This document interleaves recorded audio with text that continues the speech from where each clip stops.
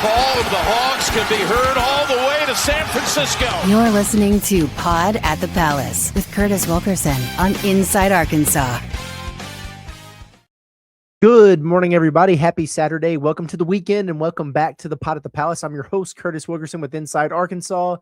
Shout out to the coffee club. I met at Alumni Hall a coffee club member, 2 coffee club members actually on Friday. Pretty cool. I'm telling you, it's growing, this little group we have here. Do you guys get up as early on Saturdays as you do during the week? Do you sleep in a little bit? You know, like I know some folks are just like creatures of habit, and others grind all week and then they take advantage of a little extra shut eye on the weekends. Maybe some of you get up and watch your Saturday morning cartoons. I don't know, man. And then you lock in for the show. Regardless, welcome. Glad you're here. It's game day, by the way. Arkansas, Houston at the Prudential Center in Newark, New Jersey. We have been waiting for this one. Man, the last big test for Arkansas before SEC play starts. You've had these 5, marquee, big-time resume-type games, and you've split them so far. So an opportunity to have a winning record against, frankly, 5 really, really good basketball teams. And man, it could put Arkansas in some fun conversations if they're able to get this one done. Going to be a heck of a basketball game for sure.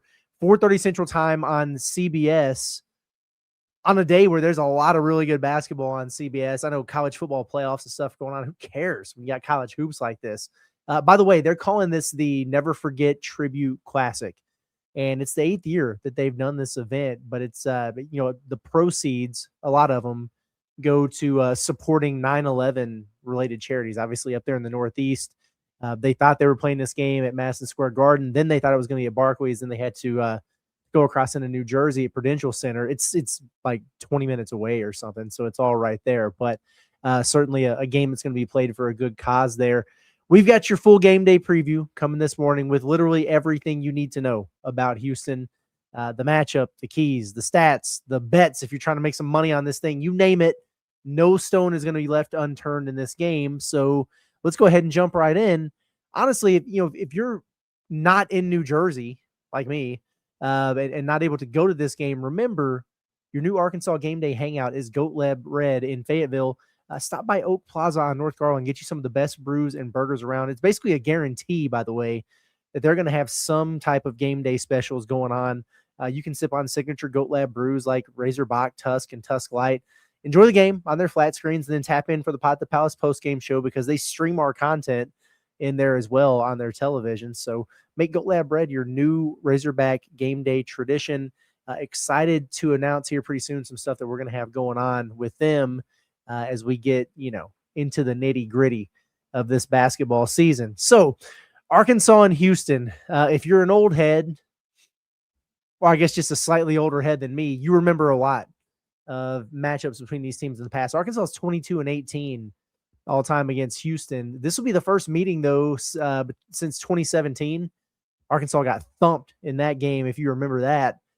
It's interesting to me that they've only played 3 times since Arkansas left the Southwest Conference, and that was in the very early 90s. It just, it's almost like a regional deal. I don't know. It just feels like they would play more than they do. It feels like if they were going to play a neutral site game that they would play it in Dallas or something like that, as opposed to going all the way to New Jersey to do it. But hey, whatever. I'm just glad that it's happening because it's 2 really good teams, 2 story programs, 2, Hall of Fame caliber coaches or Hall of Fame coaches, period. And it's going to be fun. And I hope that they continue to do this. I'd love to get a little home and home action going with Houston. It's weird because Cal and Kelvin Sampson are like such good friends, but they've only played each other once. Is that weird to you guys? It is to me. Now, Cal always says the thing where he's like, oh, I don't like to play friends. I don't like playing against friends. I don't know. It's like so difficult to get really good games nowadays. Arkansas did a great job of it this year, but seems like the better the relationship you have, the easier it'll be to get somebody on the schedule. But hey, whatever. The first game here that Arkansas has played at the Prudential Center in Newark, it's where the New Jersey Devils hockey team plays. Cal has coached there twice, and he's 2-0. That was actually back in the 2011 NCAA tournament when he was at Kentucky, and they played a second weekend of March Madness there. So they beat Ohio State, beat North Carolina, so he's unbeaten in the Prudential Center. You love it.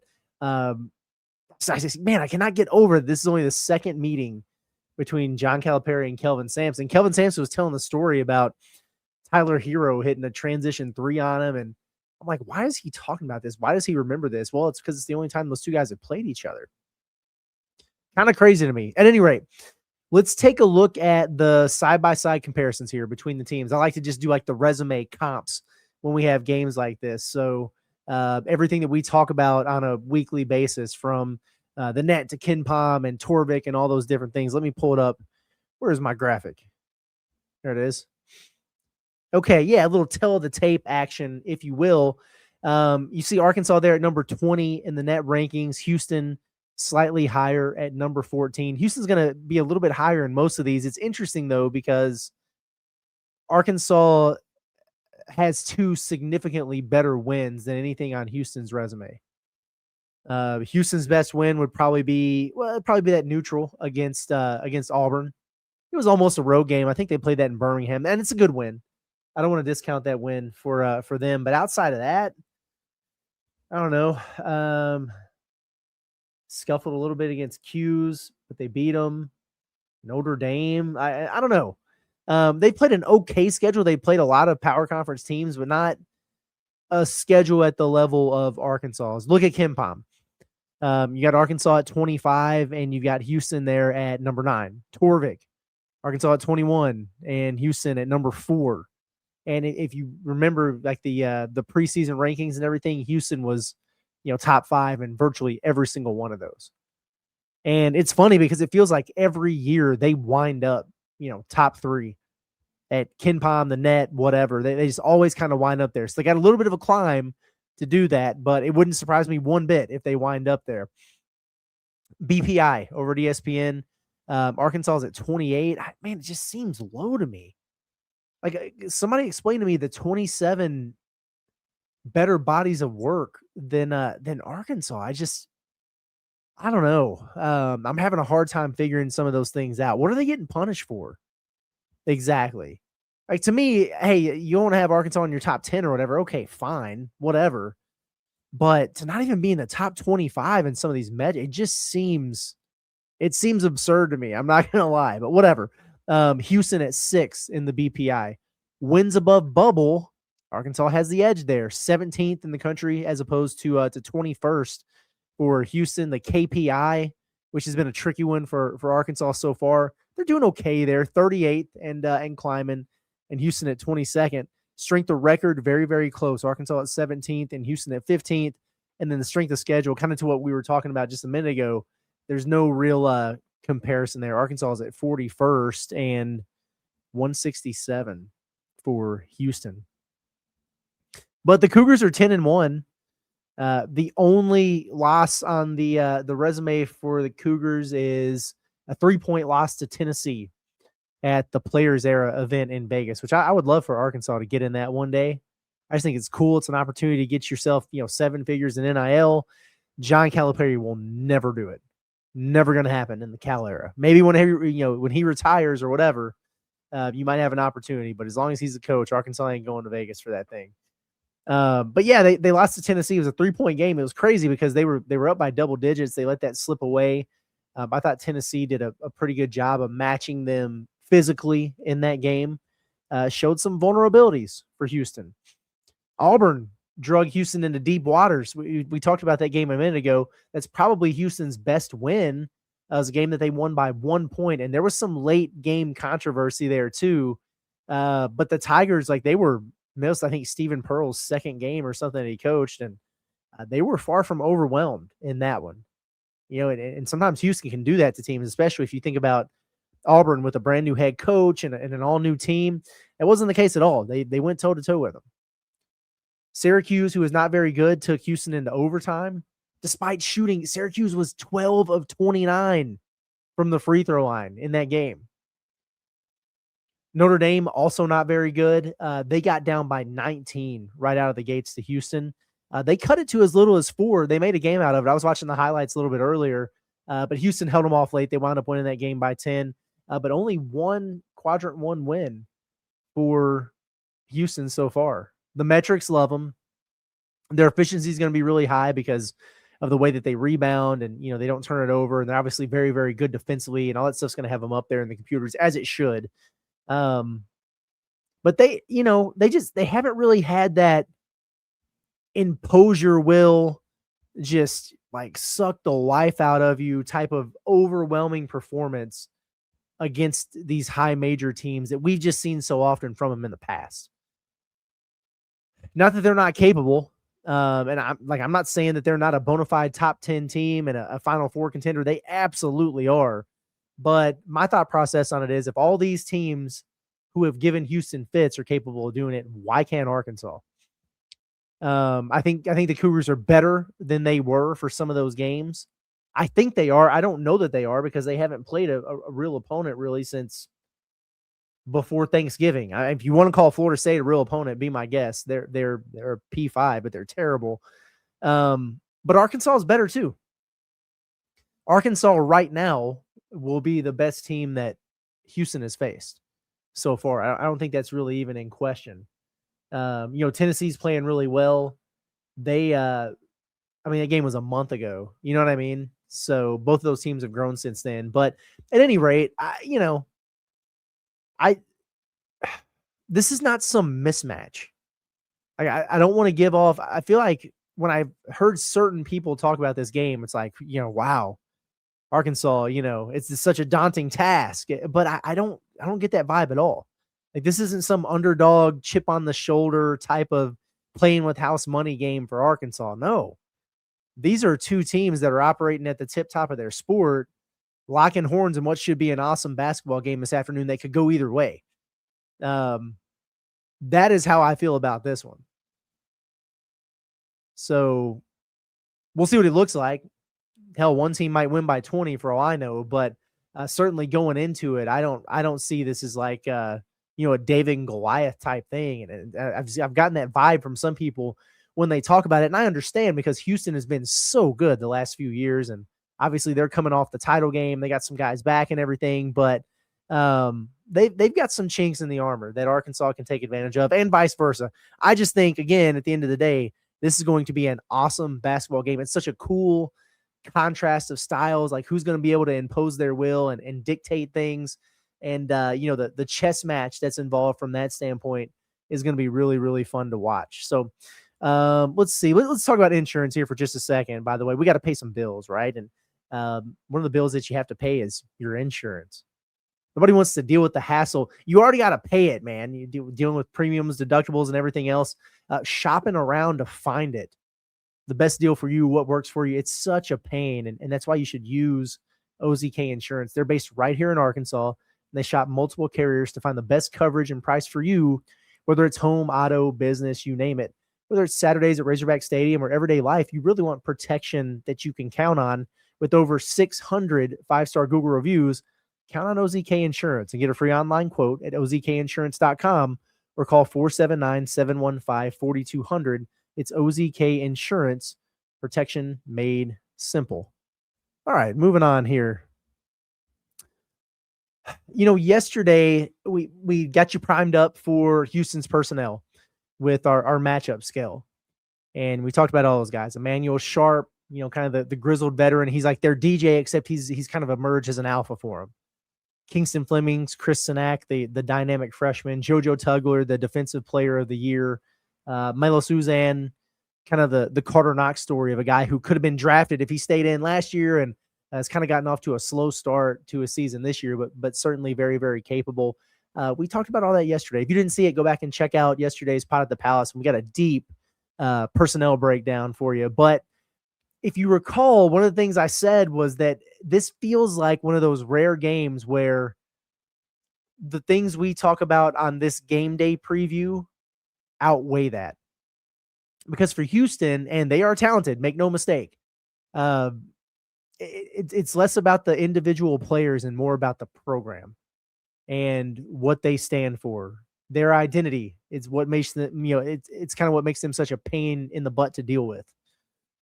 Relentless effort, suffocating defense, toughness, physicality, heaviness, on the offensive glass. I go back to that that thought process of the boa constrictor. It kind of wraps around you, and it slowly but surely just continues to squeeze and squeeze and squeeze until you just can't breathe. And that's kind of been their thing. I haven't done that necessarily to everyone so far this year, but that's their MO. That's what they're striving for. It's what they believe in. So let's pull up our side by side here and see, where are the advantages, where are the danger zones for Arkansas, and is this, we'll take that and kind of build out our keys and stat goals and the other things that we typically do there. Let me pull this up, and while I do that, I'm going to get a sip of water here. Try it out.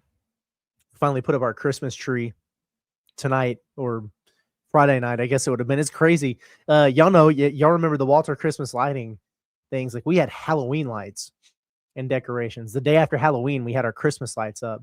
Everything at the house. We've waited and waited and waited, and we finally just put our Christmas tree up.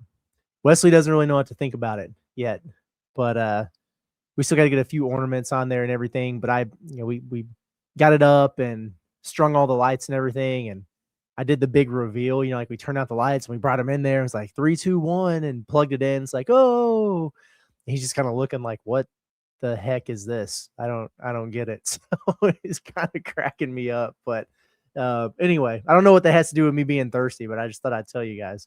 It's late here as I'm recording this. Maybe I'm talking crazy.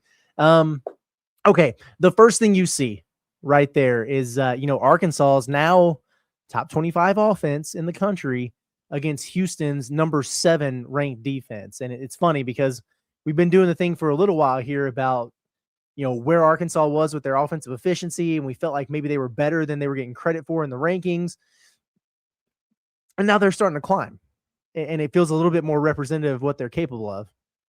Houston, a top 10 defense in the country, and we've talked about it a lot on Inside Arkansas Live, me and Andrew, but it feels a little bit, I don't know, underwhelming. Not that it's not very, very good. Obviously, it's one of the best in the country right now, but Houston at times is just on a planet of their own. Like, they're number 1, and they're number 1 by a mile. There's nobody else even hanging out in their cool kids club with them on that end of the floor. So very, very, very good, but maybe not quite as dominant as you typically see yet. And a lot of that's because of youth and guys trying to figure some things out. But I'll provide a little bit of context for why I say that as we continue to move through this. But this is crazy. Like, talking about that contrast of styles, you have an Arkansas team that ranks top 20 in the country at 90 points per game against a Houston scoring defense that is 3rd in the country, allowing just 57. So 33 points difference between what Arkansas scores on a nightly basis and what Houston gives up. And I don't know, but to me, it doesn't feel like either is going to impose their will fully on that front. I don't see Arkansas getting held under 60, and I don't see them scoring 90 in this game. Be cool if they did score 90, but I don't see that happening. I think if you're Arkansas, you want to be able to play this game in the 70s, in my opinion. Like, if you were to set a target number, if you're Arkansas, like, we want to score this many points in this basketball game, we're going to feel good about winning it, what would that be for you? 75, maybe? I don't know. I probably should have thought about my answer before I asked you guys that question. Well, I'm going to go with 75. That's a pretty good one there for Arkansas. And it's not that, like, Houston can't score. They can. But boy, they don't give up a lot of points. Usually, though. Usually. Because here's the thing. Like, I say Arkansas needs to play this game in the 70s. That is what most real teams that Houston has played have been able to do. Power 5 opponents that they've seen, high majors, are scoring 69 per game. With Auburn, Syracuse, and Tennessee, the 3 closest games that they played, all playing them in the 70s. And the mid-majors or low majors that they played are averaging 48.3. Is Houston a bunch of can crushers? I don't know. But that's more than a 20-point difference for whatever that's worth. Something that we talk about all the time. It's dictating tempo and controlling the pace. And maybe we always say it, but I feel like in this game it really does matter a ton. Arkansas, they can play a number of styles and beat you. I don't know if they can play a slow down, half court, grind it out type of game and beat Houston. Maybe they can, but I wouldn't bet on it. We know Arkansas loves to get out and run. They're top 50 tempo in the country, second in the nation in fast break points. Houston plays at the 7th slowest tempo in the country, 358 out of 365 teams. So obviously here, the more Arkansas can get out and run, the better. And that means a few things. How do you get your fast break going? How do you get your transition break going? Force some turnovers. Defensive rebound, and then punish Houston for sending so many bodies to the offensive glass. That's a key one here. Because that's one of the debates. Like it's the give and take of basketball, right? If Houston's getting a bunch of buckets, then you gotta get the ball, you gotta inbound it. It's harder to get on a break and do it with numbers. But if they are missing shots, you have to be able to get the rebound. Houston is going to send several bodies to the offensive glass. So if you just secure the defensive rebound and then turn and get that thing up the floor, you are going to have an advantage in transition. That's why some teams crash hard and some teams don't. Some teams send everybody to the glass or all but one and they have a safety net back. And some teams will send 3 guys back or whatever, depending on who you play. And I have a feeling that Kelvin Sampson's not going to be the type who's going to not tell his guys to be ultra aggressive going to the backboards because he's worried about Arkansas in transition. So make him pay for that. Defensive rebound, get it up the floor, attack with numbers. I'm going to be very anxious to see how the 3-ball factors into this game for Arkansas. As you look here, I mean, Arkansas, they're shooting the hell out of it, man. 38.2%. The volume is solid there. They've been shooting it really, really well here lately. And that's good. I mean, we've been waiting on that. They're definitely going to need to knock some down in this game. No doubt about it. But I actually tend to think that, getting rim pressure and FTAs, free throw attempts, are going to be an even bigger key if Arkansas is going to win this game. Houston's 3-point defense has been stifling. You see it right there, holding teams under 27%. And that's consistent. Whereas like the scoring defense was, 20 some odd point difference between high majors and low majors. They've been really good defending the 3. Auburn was 7 of 22, Syracuse 8 of 31, Tennessee 5 of 17, Notre Dame 6 of 28, Florida State made 10, but they attempted 32. So that's 27.7% combined for their 5 high major opponents. But to my point, though, about just putting pressure on that rim and, getting to the line, Auburn got to the line 33 times against Houston. Syracuse got there 29. They only made 12 of them. Tennessee got there 29 times. And my point is they will foul you. Houston is 354th in the country in opponent free throw rate. They will foul you, and they will put you on the line, particularly their front court guys, Tugler and Sinak, who have combined to foul out 5 or 6 times already this season. And as we talked about yesterday, if you start getting into their bench, particularly in the front court, and they've got a backup big man who I don't even know if he's going to play, that's where you could really find some pockets throughout the game to get yourself some breathing room or trim a deficit, whatever, when you get into their bench. It should be a strong point for Arkansas. Another reason this is notable is because on the opposite end of the floor, Houston is only averaging 15.3 free throw attempts per game. That's 345th nationally. That's crazy to me with as aggressive as they are, as physical as they are. If you watched them this year, they're playing a little bit differently offensively. They are shooting more threes. We'll talk about that in a minute.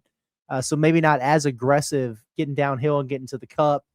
But still, 15.3 free throws per game for a team like Houston that's wild behavior to me. For context, Arkansas is at 24.5. So if the Hogs are able to get to the line for 10 more free throws in this game, you've got to feel pretty good about where you're at. Couple other very key areas in this one. Turnovers is going to be a huge one. Both these teams are so good at taking care of the basketball. Arkansas is averaging 9.6 turnovers per game. That's up a little bit from where it was because they had 14 for, kind of messing around with Queens. But there's only 16 high major teams in the country averaging fewer than 10 turnovers. Arkansas and Houston are two of them. Now, on the surface, you look at it and you say, okay, but the thing about Houston, though, is that they put you in hell on the other end, and they're forcing nearly 16 per game. So what's going to give there? Well, once again, I would point out that, yes, Houston is getting 16 takeaways per game, but if you go look at the quality teams that they played, Auburn only turned it over 8 times on them. Notre Dame, 8. Tennessee, 9. Syracuse, 13. And then Florida State, the worst of the bunch there, coughed it up 19 times. And then for frame of reference, because you could play this game on both sides, in fairness, Arkansas's, the number of turnovers that they've had against high majors, 14 to Michigan State, that's too many. 12 to Duke, you can live with that. 10 against Louisville, you can live with that. 7 against Texas Tech, that is an elite number. So they've been getting a lot better from that standpoint. So I don't know. Again, if we're setting goals, like, can Arkansas keep it under a dozen? I think it's probably a good goal to have here. The two biggest things that are going to go into that are matching physicality, and then understanding that matching physicality is one thing. Like, Arkansas knows how to play physical. They're tough. They're a hard-nosed team, but it's more about just knowing that you're going to get bumped, right? And you still got to be strong with it. Don't let that cause you to change your shot or get you off balance. You know what I'm saying? Or force you into a mistake or get you mad because you feel like you got fouled. Like, you just got to know going into a game like this, it's going to be tough. You're going to catch elbows. You're going to catch bodies, dead legs, knees to the thigh. That type of stuff is just going to happen. That's the way that they play, and they've been getting whistled. So there's that, but, at the end of the day, if you're Arkansas, you just got to be prepared for it. Let's see. What else do we have here? Look at some of my notes real quick. Yeah, I think that turnover number 12 feels pretty good. Rebounding, obviously, it almost goes without saying with Houston, but when I think about Houston basketball, I think physicality and offensive rebounding. Houston's 22nd right now in offensive rebounding rate. They grab 38.8% of their misses. That's a really good number. A vast majority of those come from Tugler and Sinak. They're two front court guys. For a frame of reference, though, the one team that's really killed Arkansas on the glass, the offensive glass this year, is Michigan State. They're 7th in the country, so significantly higher than where Houston is. I don't know if that should make you feel better or worse or anything at all, but just for the sake of comparison, that's where you're at.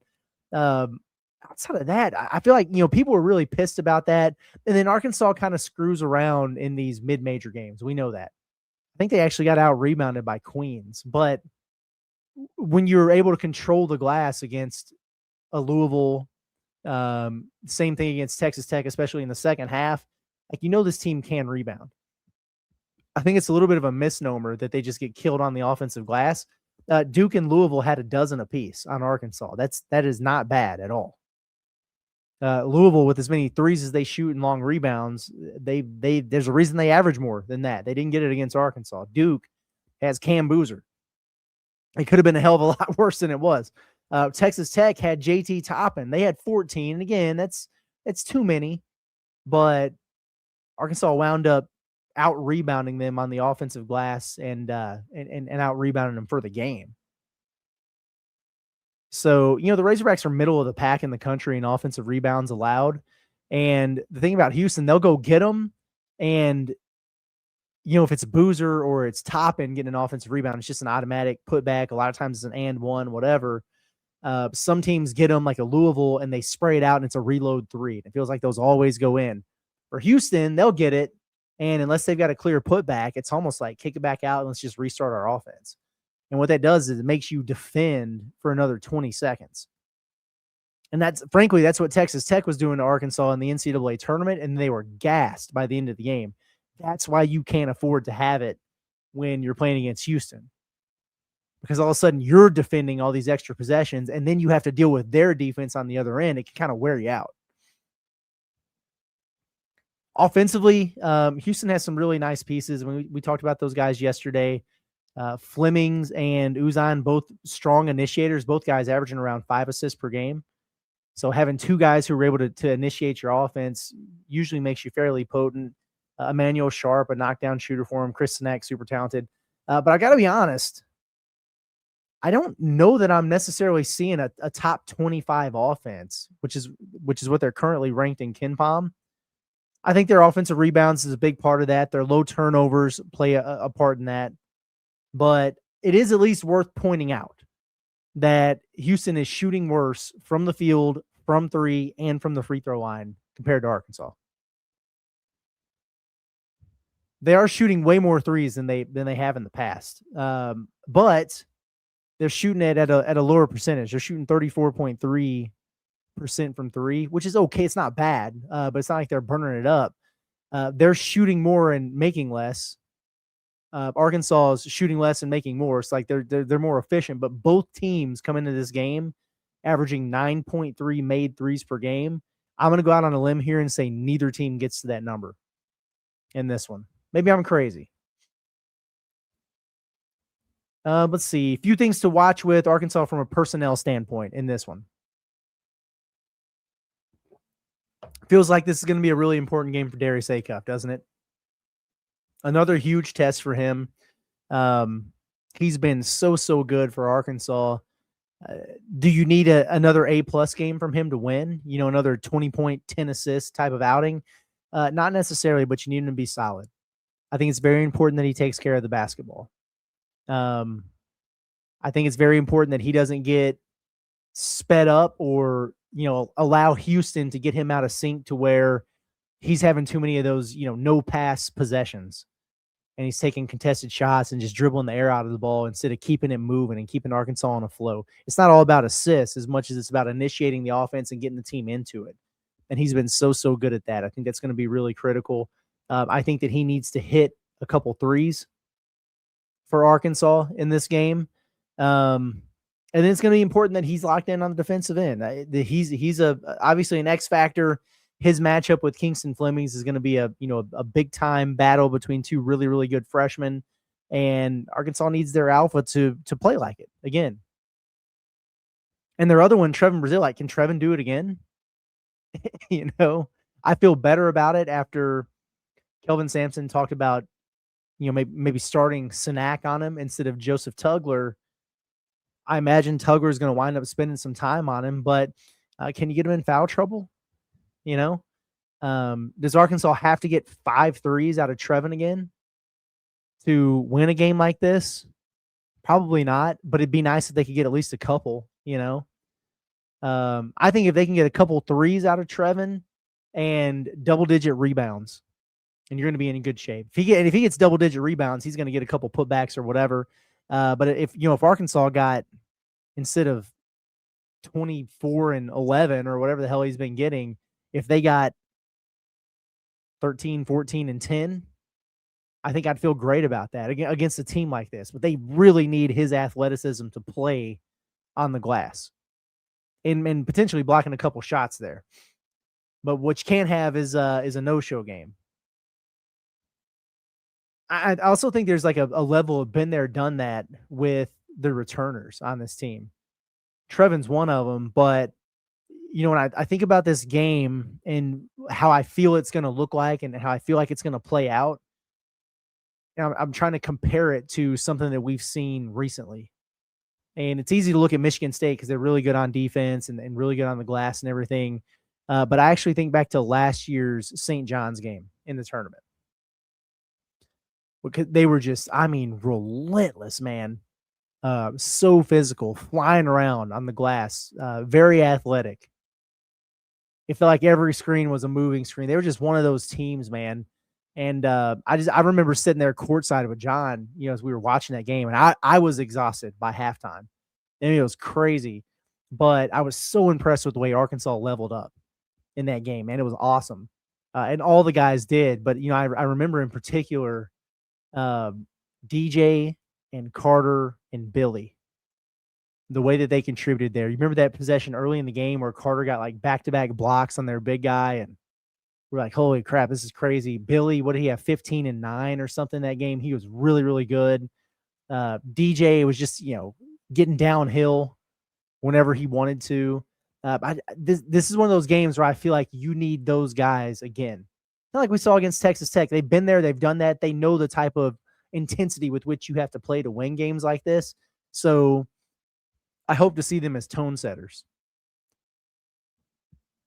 And then, specifically with those guys, like it's homecoming for DJ.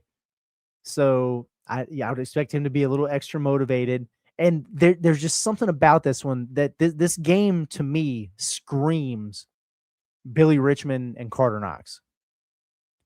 With their length, their toughness, this should be a game where those two guys are capable of shining. Do we get a bounce back from Malik Thomas? Houston is a hell of a slump buster, man. It's like a slump buster with a 10 instead of a 3 or whatever, right? I just hope that 3 ball is falling for him. Like I trust him to compete out there. I trust him to make good decisions. I trust him on the defensive end of the floor. Is he able to create good looks for himself, and can he knock a few down? Because if he's even a threat, like, if he knocks down a couple early and Houston has to really make a decision about, okay, we got to really pay a lot of attention to this dude because he's capable of getting on a heater. That changes things for guys like A-Cuff and others out there. So early on, his early rotation, I think, is going to be really, really important. And I hope he bounces back. He ain't going to go no 1 for 11. Again, I can tell you that. But I do wonder, we talked about this a little bit at Alumni Hall on Friday. If he goes through his first rotation and, he's 0 of 3 with a turnover or something, I'm not saying he's not going to play the rest of the game. No, he will. But, we've had some of those games where DJ's played like 16, 18 minutes and Leak has played 30. You might see it flipped if he looks like he's still really slumping there, especially if DJ is playing well. So I'm going to really have my eyes closely on Leak in this game. I don't know. Are we going to get a flu game out of Malik Ewan? Does he feel better? He's there. I saw him in a bunch of the practice clips and everything. So that's good. Good to see. He was under the weather against Queens, but he's certainly one in the front court they're going to need. Like with Pringle, like we said yesterday, I don't care if he scores. I don't care about anything else. Just keep Houston off the offensive glass. Like I just need, if Nick Pringle could grab like a dozen defensive rebounds, well, that'd be great. Sign me up for that. But Malik Ewan is a guy that could do some damage down there and score and contribute to getting their foul-prone big men into some foul trouble. So hope that we see him early and hope that he's dialed and could be a fun one. He's a guy that can do some damage on the offensive glass as well. Let's get into our prop bets over at Bet Saracen. It's Arkansas's #1 sports betting app. Make sure that you check out Bet Saracen's no strings attached special where new users can bet their first $25 and get $125 instantly. All you gotta do is download the Bet Saracen app on your Apple or Android device and use the code INSIDEAR to get $125 instantly when you bet your first 25. It's Bet Saracen, Arkansas's #1 sports betting app. The double R props, they have like 70 of them. And I'm actually not exaggerating. It's absurd how many they have. This is a tough one for me. Like from a gambling perspective, from a betting perspective, you just don't know what to expect. It's such a contrast of styles. Like it's within the realm of possibility that Houston just clamps Arkansas and they can't get anything done. And so then obviously if you're betting on a lot of these things, that would put you in a tough situation. So I was very intentional with how I went about selecting some of these to talk to you guys about. One that kind of stood out to me, Arkansas over 23.5 bench points and Houston under 23.5 at +160. Now, I know Arkansas's bench didn't do much for him against Queens, despite my bold prediction. But, I mean, if you think about it, it's Billy, Malik Ewan, and Malik Thomas. And if you get, 7, 7, and 8 out of those guys, and then you're, pretty much where you need to be. And I don't know. Malik Thomas is the kind of guy who can struggle his way to a dozen, right? And I'm starting to feel pretty good about, Billy getting you 8 to 10 just by being, on the offensive glass and, his transition work. He's getting to the free throw line.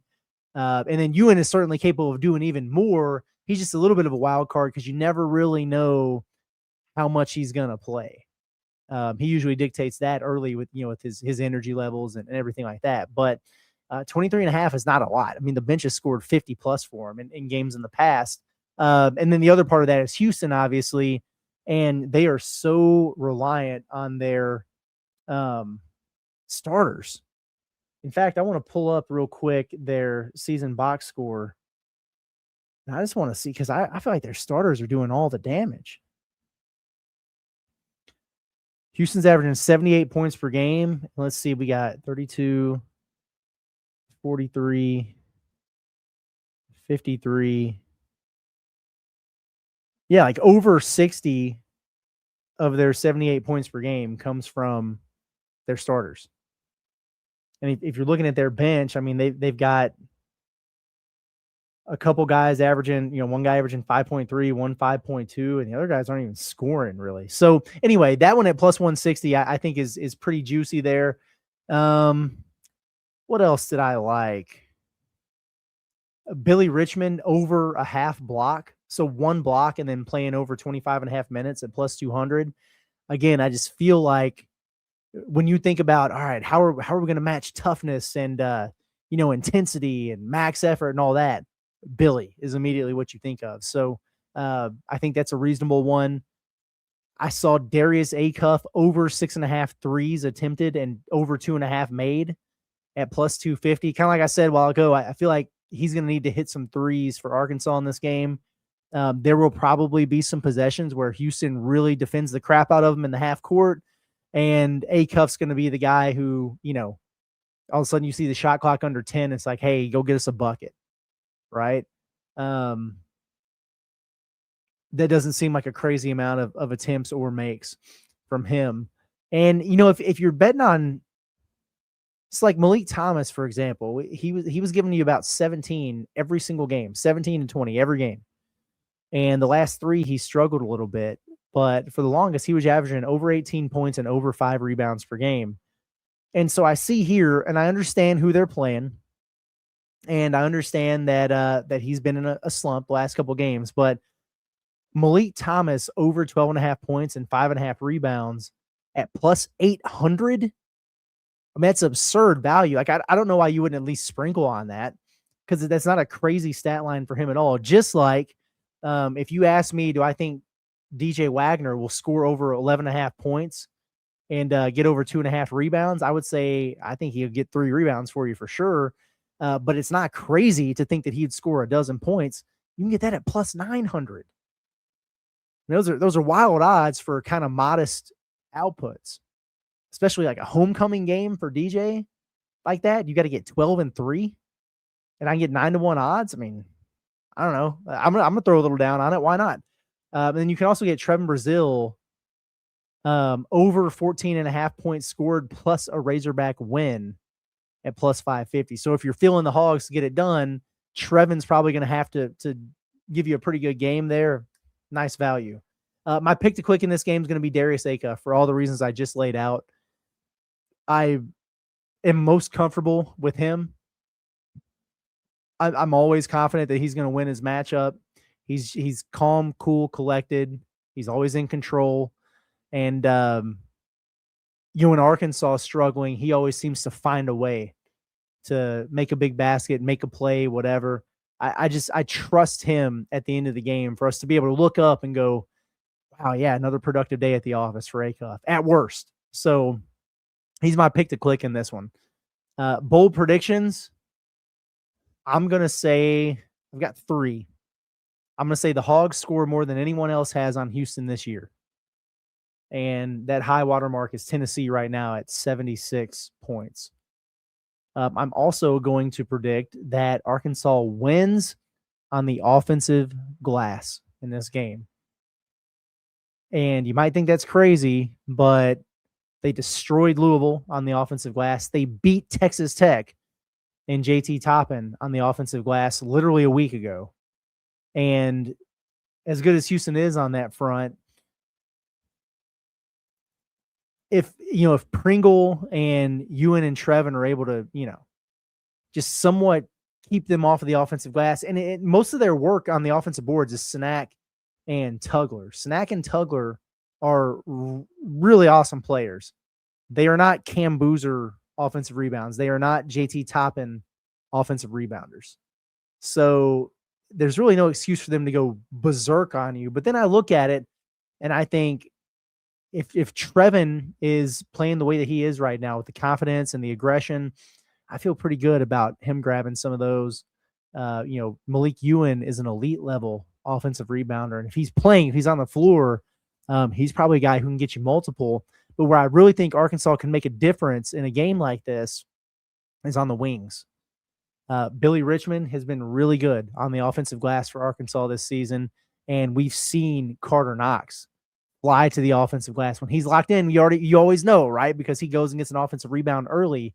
And I think about a Houston team that's going to play 3 guards, and they're going to have, 3 guys out there who are in the 6'3", 6'4" range. And we know about the length, the athleticism that Billy and Carter have. I could see both of those guys factoring in on the offensive glass as well. So remember, these are bold predictions now. But I always try to come up with them in a way where it's not crazy. I could just say something outlandish. My bold prediction is Arkansas is going to score 115 on Houston. Oh, that's just a stupid prediction. Bold is something that theoretically could happen. It's just unlikely. The last one that I have, I think we're going to go down to the final shot here in this game. Final possession, game on the line. The only other one of those that Arkansas has had, well, 2 of them, actually. The Winthrop game.